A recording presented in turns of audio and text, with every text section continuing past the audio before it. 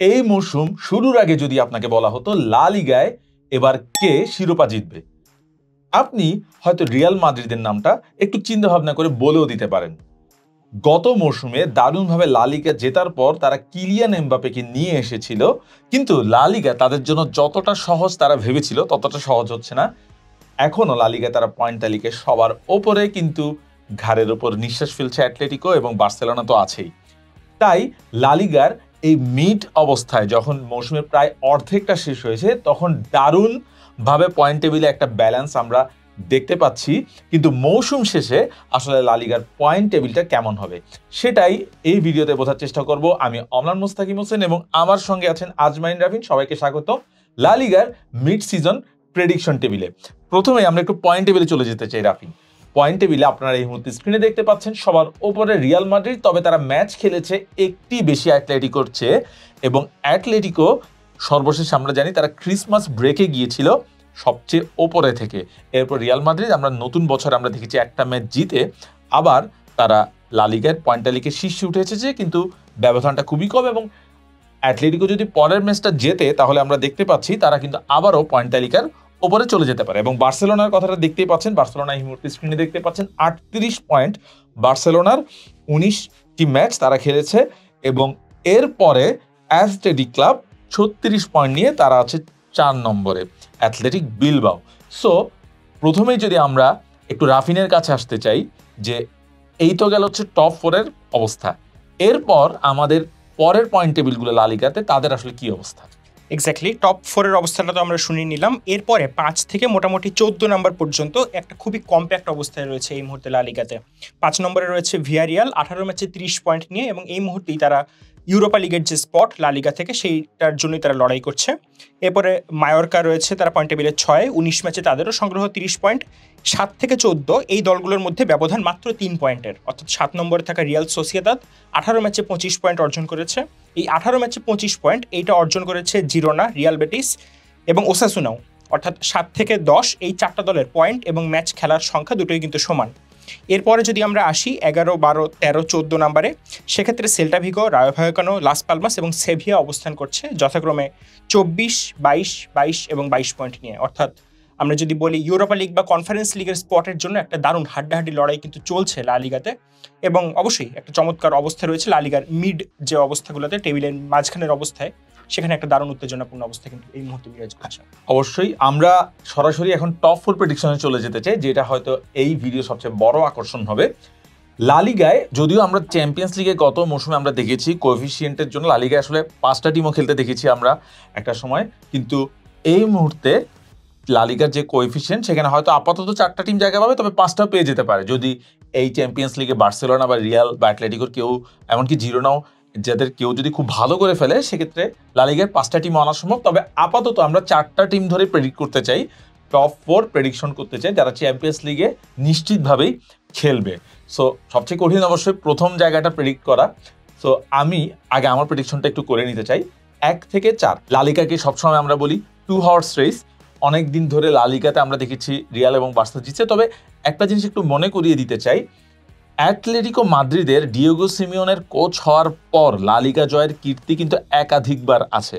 Diego Simeone এই মৌসুমে বার্সেলোনাকে হারিয়েছেন, যদিও সেটা অবশ্যই আমরা ম্যাচটা অনেকেই মনে করতে পারি অবশ্যই বার্সেলোনা খুবই ভালো খেলেছিল, কিন্তু শেষ পর্যন্ত সিমিওনে তার বদলিদেরকে নিয়ে কারিশমাটিকভাবে ম্যাচটা বের করে নেন, এবং সেখান থেকে আরো একবার প্রমাণ হয় কেন তার দল জেতার আগে হাল ছেড়ে দেবে না। এবং সিমিওনের দলের এই হাল না ছাড়ার ব্যাপারটা আমরা সবসময় কিন্তু দেখেছি।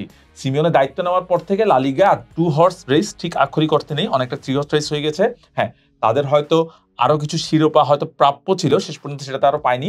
গত কয়েকটা মৌসুমে আমরা রিয়াল এবং বার্সার দাপট দেখেছি আমরা লা লিগাতে, কিন্তু এবার এই 3টা দলের সঙ্গে কিন্তু আরেকটা চমৎকার দল আছে যারা কিন্তু টপ 4-এ আছে, এবং তারা অলমোস্ট রিয়াল এবং বার্সেলোনার কাছাকাছি কিন্তু চলে আসছে, অ্যাথলেটিক বিলবাও।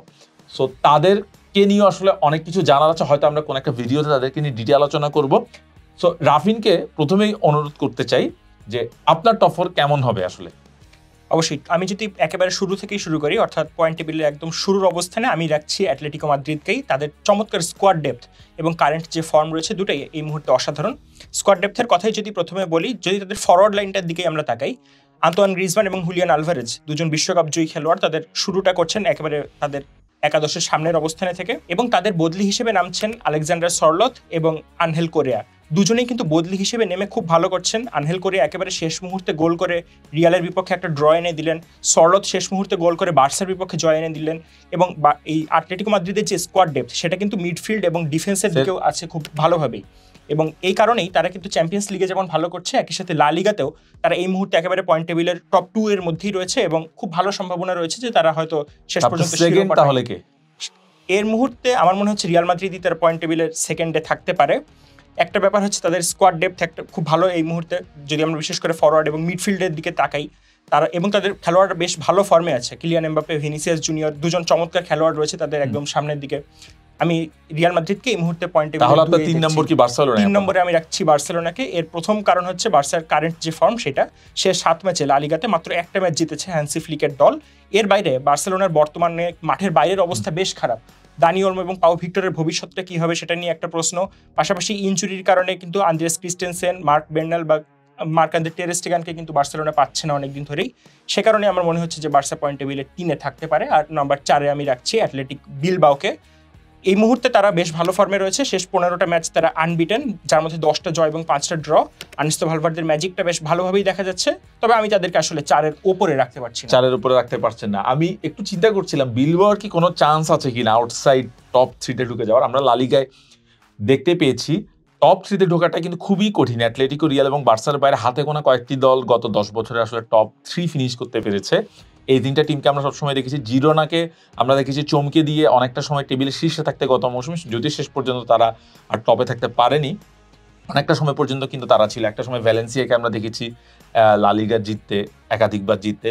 আমরা একটা সময় দেখেছি এরকম চমকে দেওয়া কিছু টিম আছে। ভিআইএলকে দেখেছি আমরা, একটা সময় সেভিয়াকে দেখেছি টপ 4 টপ 3 ফিনিশ করতে।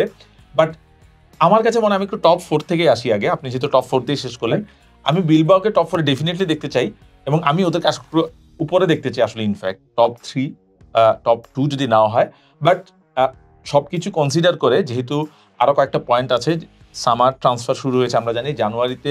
রিয়াল বার্সার জন্য নিজেরা একটা তাদের প্লেয়ার ধরে রাখা একটা সমস্যা, নতুন প্লেয়ার আনা তো অনেক বড়ের কথা, বাট রিয়ালের অবশ্যই ডেফিনেটলি তারা ট্রাই করবে অন্তত রাইট ব্যাক হলো আনার, যেখানে তাদের একটা বড় ট্রেন্ডকে নিয়ে প্রচুর কথা হচ্ছে আমরা দেখতে পাচ্ছি। যদিও জানুয়ারিতে হয়তো তাকে আনাতে একটু টাফ, বাট রিয়াল হয়তো তাদের ইনজুর যেসব ডিফেন্ডার আছে তাদেরকে যদি কাউকে পায়, যেমন আলাবাকে হয়তো তারা পেতে পারে, সেক্ষেত্রে তাদের জন্য হয়তো একটু ইজি হবে অবশ্যই কামব্যাক করার। এবং বার্সেলোনাও যদি দানি ওলমোকে শেষ পর্যন্ত তারা রেজিস্টার করতে না পারে, সেক্ষেত্রে তাদের প্ল্যান বি কি হবে সেটাও কিন্তু একটা দেখার অপেক্ষা। অ্যাটলেটিকো মাদ্রিদের আপাতত কোনো প্লেয়ার দরকার আছে বলে মনে হচ্ছে না, বাট কে জানে, সিমিওনা হয়তো ট্রাইও করতে পারে, আমরা জানি না। সবকিছু চিন্তা করে আমি বিলবাওকে টপ 4 নম্বরে রাখছি, এবং আমার মনে হয় টপ 4 এবং যে টপ 5 এর মধ্যে গ্যাপটা বেশ বেশি হবে আমার কাছে শেষ পর্যন্ত মনে হয়। সো টপ 4 আমার কাছে 4 নম্বর হচ্ছে বিলবাও।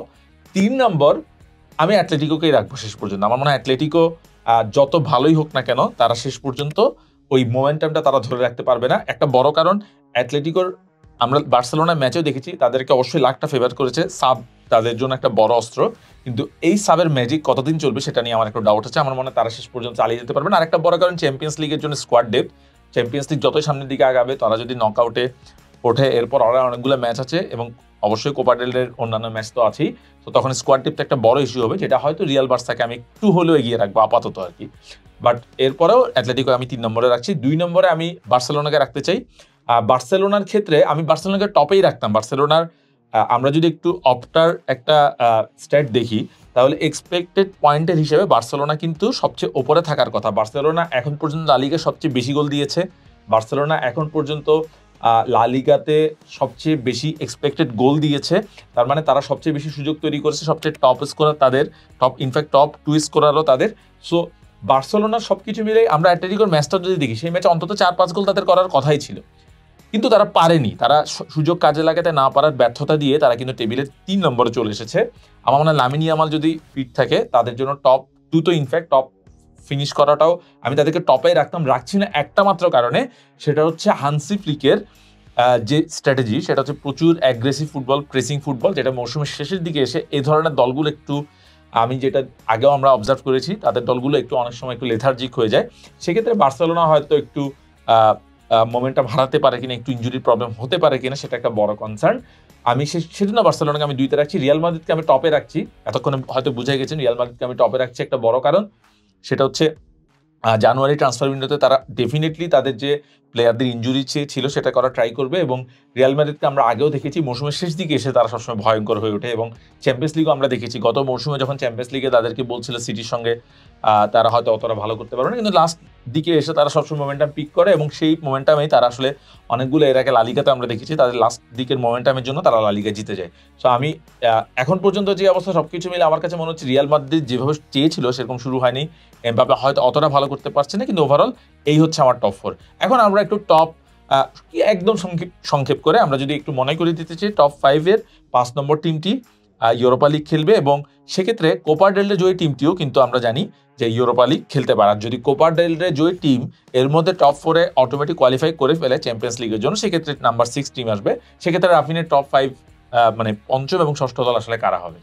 এই মুহূর্তে পয়েন্ট টেবিলে নাম্বার 5-এ রয়েছে ভিয়ারিয়াল, এবং ভিয়ারিয়ালের ফর্মটা আমরা দেখছি আপ ডাউন করছে, বেশ কিছু ম্যাচে তারা জয়লাভ করছে, কিছু ম্যাচে তারা পরাজিত হচ্ছে।